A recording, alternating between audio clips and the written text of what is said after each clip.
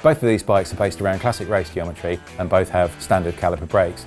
When you're looking at the Basso, Basso is one of the lesser known Italian brands, even though they've been around for 40 years. They do come out at good value, just like Canyon, but everything they do, handmade in Italy, carbon frames manufactured in Italy. They even have their very own component line, which is mainly assembled in Italy too. Moving on to Canyon's Ultimate, this is the latest in a line of highly evolved aluminium bikes that give any carbon bike a run for its money. Both are based around classic race geometry, but both have a small difference that actually makes them much more usable to most people. Now Canyon call this their kind of sport geometry, which isn't sportive, it's not tall and it's not short, it's still kind of long, a little bit low, but not quite as low that it's going to give you back pain after an hour's riding. Basso have done a very, very similar thing. It's a very traditional kind of Gran Fondo style for Italian bikes. They still keep bikes kind of aggressive, nice handling, but in a position that most of us can live with for a lot longer. We've just finished our testing for 2017's Bike of the Year. It's a process that starts back in September. Each bike we tend to get a couple hundred miles in, sometimes more, especially when we revisit them. Our 25 bikes offer a really broad cross-section of what's out there, but it also throws up some really good opportunities to put some of these key bikes head to head to find out which ones come out on top. What Canyon have done with this Ultimate, it being the SLX Aero, is what Canyon have always been good at, and that's just packing so much value into a bike.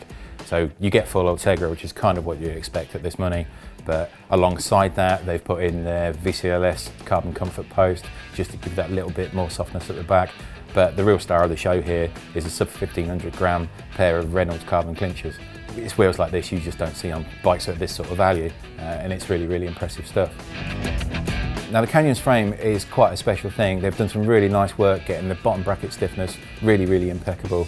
They've made the seat stays nice and skinny just to offer that little bit of compliance. But this being aluminium, it does bear a little bit of a weight penalty over carbon. With a claim weight on this frame of 1220 grams, you obviously can get significantly lighter if you go for cloth and glue materials. They've countered that extra weight that you're getting in the frame with the super light SLX fork, which in itself is sub 300 grams. When you add that to the Ultegra group set and the real high-end Reynolds wheels, you've got a bike that all up weighs just over 7.5 kilos in an XL size, which is pretty impressive stuff, especially at this sort of money.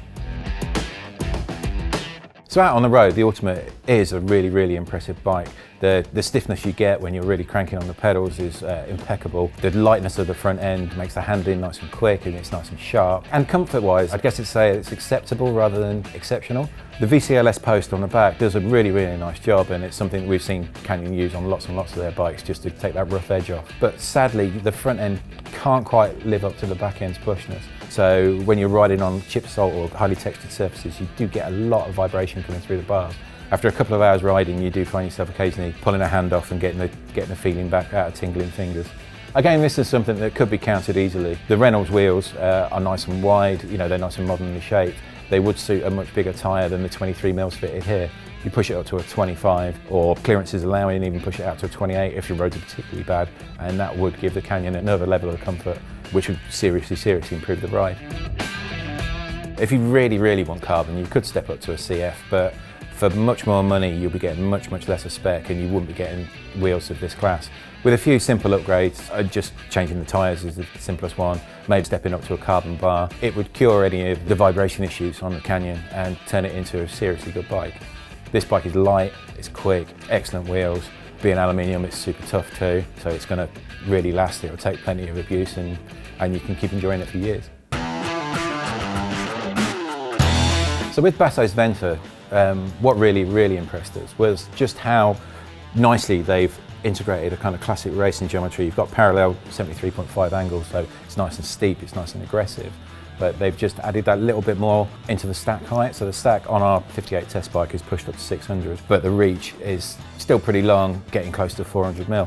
So what that does is it puts you in a nice aggressive position. When you get down in the drops, it feels every inch the race bike. But on those instances where you're taking a rest, you're sitting up, it just feels and rides really lovely and smooth, approaching that kind of classic kind of endurance bike thing. So they've done a really, really neat job of combining the two. And it's not just in the geometry that they've done that. The composite layout that they've created here, they actually designed around introducing a little bit more give, a little bit more compliance into the frame, just to make this bike agile yet comfortable. And for the most part, they've been really successful at doing that. I guess the biggest surprise with Basso is just how much you're getting on this bike. The value is insanely good. Full Ultegra, really nice classy wheels, great finishing kit, beautifully finished, handmade in Italy frame, all for money that there's very few people out there can touch. So the wheels on the Basso come from Microtech, which is their only announced brand, and these MCT38s, as the name suggests, is a 38mm deep aluminium section, sort of semi-aero profile really. It's a decent, solid, well-built wheel. Not the most bang up to date, just only with a 15mm internal, which means these are actually better suited to slimmer tyres. The 25 goes on there are all right, but you wouldn't really want to go any bigger. Throughout the whole of testing, they've stayed true. They spin nicely, the hubs are excellent quality. But at 1700 grams, you're very unlikely to find a bike at a similar price with anything lighter. So in all, decent, not exceptional. The ride of the Venta is actually quite an exciting place to be. It feels really swift, it feels really agile. It's got quite a short wheelbase, as you can see from the seat tube with its cutaway, which helps them keep the chainstays nice and short, tucking that rear wheel in nice and tight, which makes the bike out on the road just imminently chuckable. In counter to that, you do feel like, especially when you're on long rolling sections, that you're having to put a little bit more effort in just to maintain pace than you do on the Canyon with its obvious kind of aero advantages from those big, deep carbon section wheels. So when it comes to it, which one's my favourite? Both bikes have some really, really good strengths. Canyon spec is unbelievable, fantastic wheels, a nice accomplished ride. But like quite a lot of Canyons, the all blackness of it is, shall we say, slightly boring. I'd love to see Canyon introduce a bit of colour into their ranges, a little bit more flamboyance really, which brings us on to the Italian, of course. The Basso Venta frame is brilliant. You know, it's an excellent, really, really fine choice. But unlike most Italian bikes, they've actually gone quite reserved on the way they finish their bikes too. In conclusion then, I guess what I'd say is the charms of the way the Venta rides, incredible value for money, so the Basso gets it by a hair, I think.